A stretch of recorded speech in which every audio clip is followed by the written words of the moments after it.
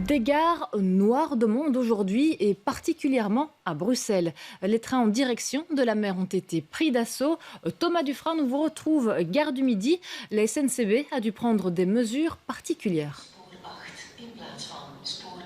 Oui, c'est ça, Camille. Et la situation était très chargée, la journée était très chargée. Il y avait beaucoup de monde. Encore maintenant, il y a beaucoup de monde à la gare, même si la situation s'est résorbée. Le gros de l'affluence, c'était ce matin jusqu'en début d'après-midi. Il a fallu plusieurs heures pour résorber la situation. Et là, vous le voyez, il y a un train qui s'apprête à quitter la gare du Midi en direction de la côte. Et il y a encore des gens qui sont là. Il y a la police qui est sur place. Il y a des lanières aussi qui ont été déployées.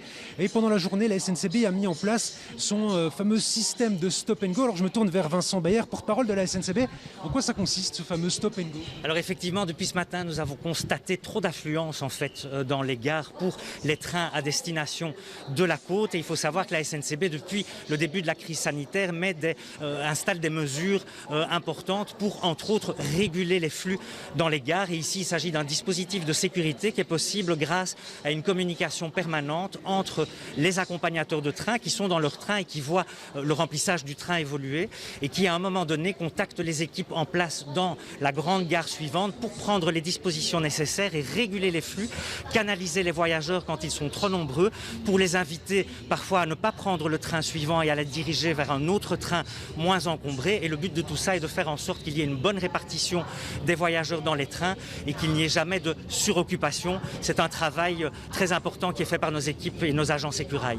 Aujourd'hui, la SNCB déconseille fortement de se rendre à la mer aujourd'hui ou les prochains jours. Pourquoi ne pas tout simplement mettre plus de trains pour permettre aux gens de se voyager dans les mesures sanitaires? Alors effectivement, nous déconseillons depuis ce matin fortement de se rendre vers les destinations côtières parce qu'elles sont vraiment très très courues et il y a vraiment des risques de trop d'affluence. Et donc l'objectif est de préconiser d'autres destinations. Il y en a pléthore. On a 550 gares au total en Belgique. La Belgique est un petit pays, mais où quand il fait beau, finalement il fait beau partout. Et donc ça ouvre évidemment le champ des possibles. Alors l'offre actuelle, elle est maximale. C'est l'offre de train habituelle maximale que nous mettons sur le trafic ferroviaire en cette période. Il faut savoir aussi que nous avons des trains de réserve qui sont susceptibles, en cas de souci, d'être injectés sur le trafic ferroviaire, toujours pour bien réguler la répartition des flux dans les différents trains.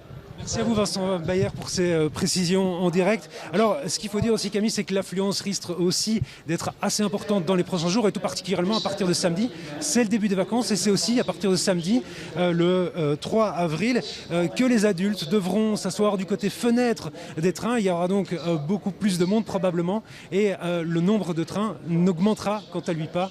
Donc voilà ce qu'on peut dire avec cette affluence particulière aujourd'hui au niveau de la gare du Midi.